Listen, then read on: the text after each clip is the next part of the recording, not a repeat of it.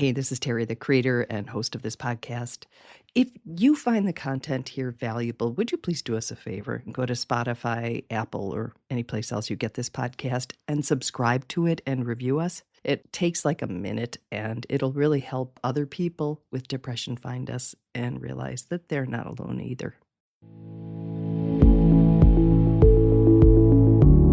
Hello and welcome to the Giving Voice to Depression podcast, brought to you by Recovery.com, the best place to find mental health and addiction treatment for anyone, anywhere.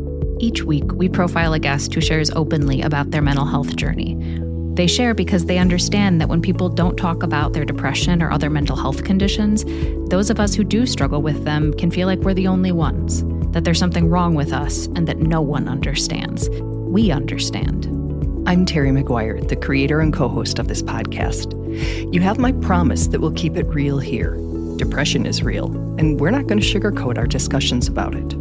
Hope is also real, and you'll get a dose of that here too. I'm Carly McCollow, a licensed social worker and educator, and Terry's daughter. We've both experienced depression and also support loved ones struggling with it.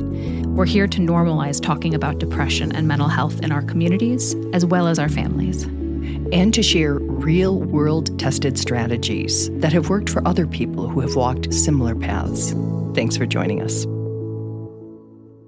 We record a couple new interviews each month and also replay some of our best ones from the archive so that newer listeners don't miss out on those. This episode is from when Dr. Anita Sanz was co-hosting. Hi, this is Anita Sanz. And Terry. This is a short special edition of our podcast that has become an annual tradition. It was written and produced especially for you, if you're struggling right now, on a day that is supposed to be joyful.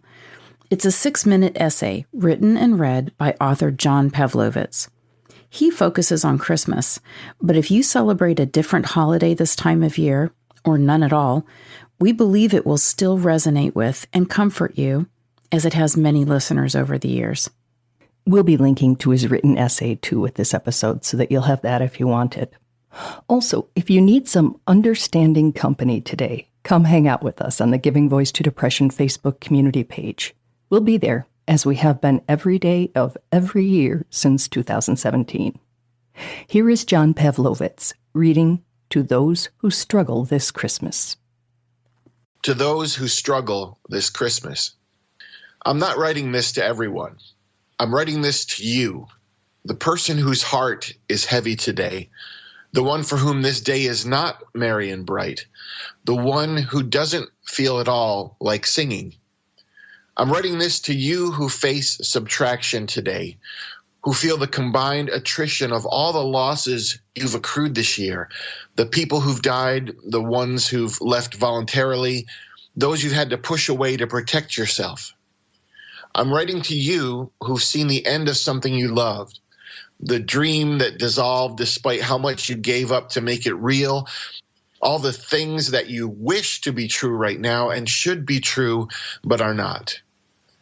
I'm writing to those who've watched their best attempts to save their marriages not be enough, who are finding themselves no longer half of the whole they once felt securely part of. Those who have a different set of chairs around the table, far too many of them empty. I'm writing to you who are grieving, those sitting vigil in hospital rooms praying for good news, those who just got test results back and have heard the worst, those who are spending this day planning a memorial service instead of a holiday celebration.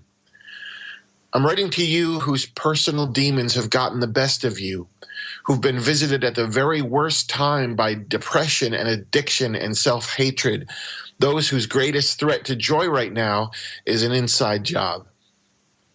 I'm writing this to those who are alone today, geographically separated from the people they love, emotionally distanced from those they desire proximity to, pushed by circumstances to the solitary places. I'm writing this to those who've been left broken by this year, by its cruelty and bitterness and violence. Those of you who harbor more anger, carry more grief, and bear more fear because of what you've seen and what you know and how you feel about this place you call home. Ultimately, I'm writing to you who, for a million different reasons, find peace difficult to come by in a time when it's supposed to be plentiful. I don't have any magic words to fix what is broken around you or to repair what is broken within you. I can't simply place a cursor on the sadness you feel and backspace until it's deleted, replacing it with words like comfort or peace or contentment. I can't say anything in this small space that will mend what is severed, resurrect what has died, or heal what is ill. I just wanted these words to hopefully remind you of two things. The first is that you're not alone, that even though you're uniquely suffering in the specific sadness you're inhabiting right now, you are not suffering by yourself. The world is filled with people who are not exactly, but still deeply burdened, grieving, angry, hopeless, exhausted. Even if you never see their faces or know their names, rest in the truth that millions of wounded people stand in solidarity with you in this day and that they get it. I get it. The second thing I wanted to remind you of is that though this is your painful story right now, this is not the end of your story. The way you feel today will not always be the way you feel. As difficult as it is to imagine in these painful moments, there will be holidays when lightness returns to you. Days when you are cultivating new dreams again, when you once more feel secured in a place where you belong, when you again find yourself embraced by people who see and treasure the goodness in you, days when you are easily pushing back your demons. There will be holidays when celebration is your default setting. But right now, don't feel any guilt for the sadness within you. Don't beat yourself up for not wanting to sing right now. Don't feel pressured to have the shit together that simply isn't together and won't be for a while. Just receive this Christmas as it is. Receive it as you are, with all the struggle and uncertainty and grieving it brings.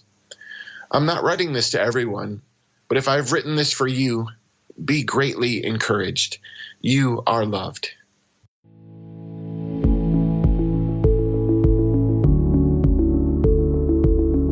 We really hope that this discussion helps give some language or context to your own depression or ideas for how to support someone else in your life living with it.